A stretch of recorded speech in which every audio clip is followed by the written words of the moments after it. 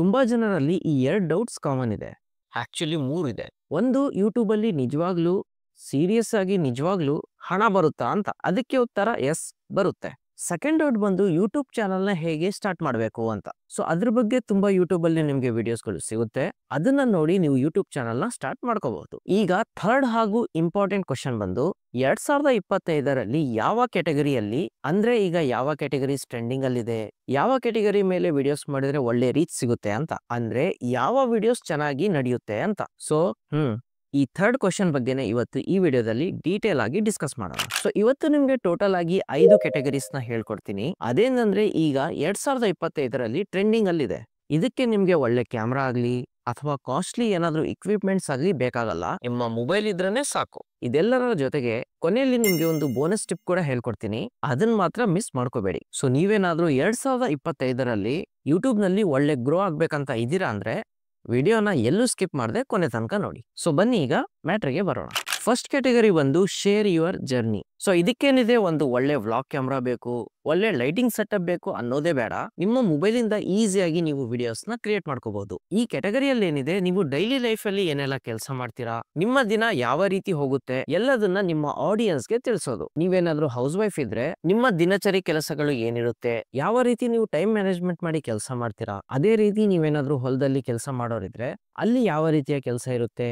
Similarly ನೀವೇನಾದ್ರೂ office professionals ಇದ್ರೆ ಅಲ್ಲಿ ಯಾವ ರೀತಿಯ ನಿಮ್ಗೆ ಚಾಲೆಂಜಸ್ ಇರುತ್ತೆ, ಅಲ್ಲಿ ಯಾವ ರೀತಿಯ ಎನ್ವಿರಾನ್ಮೆಂಟ್ ಇರುತ್ತೆ, ಎಲ್ಲದನ್ನ ನಿಮ್ಮ ಆಡಿಯನ್ಸ್ಗೆ ತಿಳಿಸೋದು. ಸೊ ಈ ರೀತಿಯ ಕಂಟೆಂಟ್ ಏನಿದೆ ನಿಮ್ಮ ಆಡಿಯನ್ಸ್ಗೆ ಇಷ್ಟ ಆಗುತ್ತೆ, ಜೊತೆಗೆ ಅವರು ನಿಮ್ಮ ಜೊತೆ ಬೇಗ ಕನೆಕ್ಟ್ ಆಗ್ತಾರೆ. ಸೊ ನೋಡಿ, ಜನರಲ್ ಆಗಿ ಎಲ್ರಿಗೂ ಬೇರೆಯವರ ಲೈಫ್ ಬಗ್ಗೆ ತಿಳ್ಕೊಳ್ಳೋಕೆ ತುಂಬಾ ಇಂಟ್ರೆಸ್ಟ್ ಇರುತ್ತೆ. ಸೊ ಅದೇ ರೀತಿ ನೀವು ನಿಮ್ಮ ಆಡಿಯನ್ಸ್ ಜೊತೆಗೆ ಯಾವ ಲಿಮಿಟ್ ಅಲ್ಲಿ ಎಷ್ಟು ನಿಮ್ಮ ಲೈಫ್ ಸ್ಟೈಲ್ ಬಗ್ಗೆ ಶೇರ್ ಮಾಡ್ಬೇಕು ಅದನ್ನ ಶೇರ್ ಮಾಡಿ, ಅದ್ರ ಬಗ್ಗೆನೇ ನೀವು ಮುಂದೆ ವ್ಲಾಗ್ಸ್ ಹಾಗೂ ವಿಡಿಯೋಸ್ ನ ಮಾಡ್ತಾ ಹೋದ್ರೆ ಅಲ್ಲೂ ಕೂಡ ನಿಮ್ಮ ಚಾನಲ್ಗೆ ಒಂದು ಒಳ್ಳೆ ಗ್ರೋತ್ ಸಿಗುತ್ತೆ. ಈಗ ಸೆಕೆಂಡ್ ಕ್ಯಾಟಗರಿ ಬಂದು ಒಂದು ಸ್ಕಿಲ್ ಬಗ್ಗೆ ಹೇಳ್ಕೊಡೋದು. ನಿಮ್ಗೆ ಯಾವುದೇ ಒಂದು ಸ್ಕಿಲ್ ಬರ್ಲಿ, ನಿಮ್ಗೆ ಕುಕಿಂಗ್ ಬರುತ್ತಾ, ಅದೇ ರೀತಿ ವಿಡಿಯೋ ಎಡಿಟಿಂಗ್ ಇರಲಿ, ವೆಬ್ಸೈಟ್ ಬಗ್ಗೆ ಏನಾದರೂ ಇನ್ಫಾರ್ಮೇಶನ್ ಇರಲಿ, ಕಂಪ್ಯೂಟರ್ ಅಥವಾ ಲ್ಯಾಪ್ಟಾಪ್ ರಿಪೇರಿ ಮಾಡೋದು ಹೇಗೆ ಅದ್ರ ಬಗ್ಗೆ ಇನ್ಫಾರ್ಮೇಶನ್ ಇರಲಿ, ಈವನ್ ನಿಮ್ಗೆ ಬಟ್ಟೆ ಹೊಲಿಯೋದು, ಟೈಲರಿಂಗ್ ಬರುತ್ತೆ ಅಂದ್ರೆ ಅದನ್ನ ನೀವು ವಿಡಿಯೋಸ್ ಮುಖಾಂತರ ನಿಮ್ಮ ಆಡಿಯನ್ಸ್ಗೆ ಹೇಳ್ಕೊಡ್ಬಹುದು. ನಿಮ್ಗೆ ಆ ಸ್ಕಿಲ್ ಬರಲ್ವಾ, ಅದ್ರ ಬಗ್ಗೆ ಇಂಟ್ರೆಸ್ಟ್ ಇದೆ ಅಂದ್ರೆ ನೀವು ಕೂಡ ಅದ್ರ ಬಗ್ಗೆ ಸ್ವಲ್ಪ ಕಲ್ಕೊಂಡು ಅದನ್ನ ನಿಮ್ಮ ಆಡಿಯನ್ಸ್ ಜೊತೆ ಶೇರ್ ಮಾಡಿ. ಈ ರೀತಿಯ ಸ್ಕಿಲ್ ಹೇಳ್ಕೊಡುವಂತಹ ಕ್ಯಾಟಗರಿಗೂ ಕೂಡ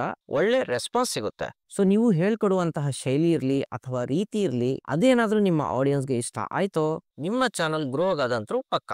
ಸೊ ಯಾರಿಗೆ ಒಂದು ಸ್ಕಿಲ್ ಕಲಿಯೋ ಬಗ್ಗೆ ಇಂಟ್ರೆಸ್ಟ್ ಇರುತ್ತಲ್ಲ ಅವರು ನಿಮ್ಮ ವಿಡಿಯೋಸ್ ನ ಖಂಡಿತ ನೋಡ್ತಾರೆ. ಥರ್ಡ್ ಕ್ಯಾಟಗರಿ ಬಂದು ರಿಯಾಕ್ಷನ್ ವಿಡಿಯೋಸ್ ಮಾಡೋದು.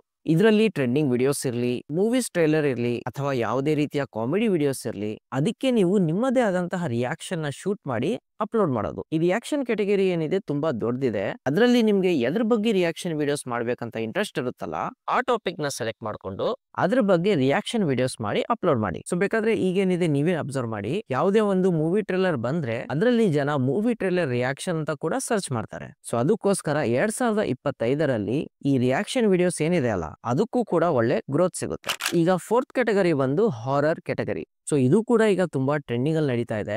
ಇದ್ರಲ್ಲಿ ಏನಪ್ಪಾ ಅಂದ್ರೆ ಹಾರರ್ ಸ್ಟೋರೀಸ್ ನ ಜನರಿಗೆ ತಿಳಿಸೋದು. ನಿಮ್ಮ ಹತ್ರ ನಿಮ್ಮ ಓನ್ ಸ್ಟೋರೀಸ್ ಇದೆ ಅಥವಾ ಯಾರಾದ್ರೂ ನಿಮ್ಗೆ ಒಂದು ಹಾರರ್ ಸ್ಟೋರೀಸ್ ನ ಹೇಳಿದ್ದಾರೆ ಅಂದ್ರೆ ಅದನ್ನ ಒಳ್ಳೆ ನರೇಷನ್ ಮುಖಾಂತರ ಒಂದು ವಿಡಿಯೋ ಮಾಡೋದು. ಸೊ ಕನ್ನಡದಲ್ಲಿ ಈ ರೀತಿಯ ವಿಡಿಯೋಸ್ ತುಂಬಾ ಕಡಿಮೆ ಇದೆ. ಸೊ ಇಲ್ಲಿ ನಿಮ್ಗೆ ಬೇಗ ಗ್ರೋ ಆಗುವಂತಹ ಚಾನ್ಸಸ್ ತುಂಬಾ ಇರುತ್ತೆ. ಆಮೇಲೆ ಇಲ್ಲಿ ಒಂದು ನಿಮ್ಗೆ ಕ್ವಶನ್ ಬರಬಹುದು, ನನ್ನ ಹತ್ರ ಅಷ್ಟೊಂದು ಸ್ಟೋರೀಸ್ ಇಲ್ಲ, ಹಾರರ್ ಸ್ಟೋರೀಸ್ ನ ನಾನು ಎಲ್ಲಿಂದ ತಗೋಬೇಕಪ್ಪ ಅಂತ. ಅದಕ್ಕೂ ಟೆನ್ಷನ್ ಮಾಡ್ಕೋಬೇಡಿ.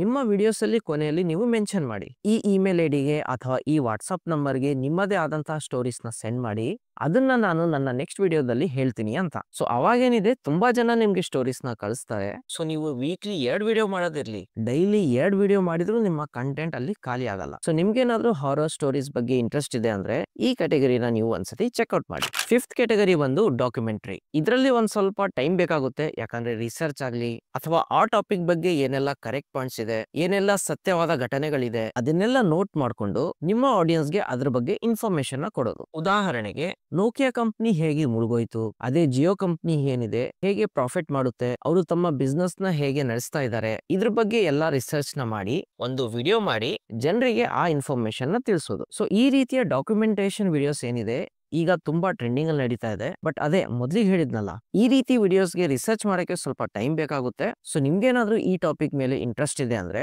ಇದನ್ನು ಕೂಡ ನೀವು ಕನ್ಸಿಡರ್ ಮಾಡಬಹುದು. ಸೊ ಈಗ ಲಾಸ್ಟ್ ಹಾಗೂ ಬೋನಸ್ ಟಿಪ್. ಸೊ ನೋಡಿ, ಇಲ್ಲಿವರೆಗೂ ನಾನು 5 ಕ್ಯಾಟಗರೀಸ್ ಬಗ್ಗೆ ನಿಮ್ಗೆ ತಿಳಿಸಿದ್ದೀನಿ. ಸೊ ಇದರಲ್ಲಿ ಯಾವುದೇ ಕ್ಯಾಟಗರಿ ಇರಲಿ ಅಥವಾ ಇದನ್ನ ಬಿಟ್ಟು ಬೇರೆನೇ ಕ್ಯಾಟಗರಿ ಇರಲಿ, ಅದರಲ್ಲಿ ನಿಮ್ಗೆ 1% ನಯಾ ಪೈಸಾ ಇಂಟ್ರೆಸ್ಟ್ ಇಲ್ಲ ಅಂದ್ರೆ ಆ ಟಾಪಿಕ್ ನ ಸೆಲೆಕ್ಟ್ ಮಾಡ್ಕೋಬೇಡಿ.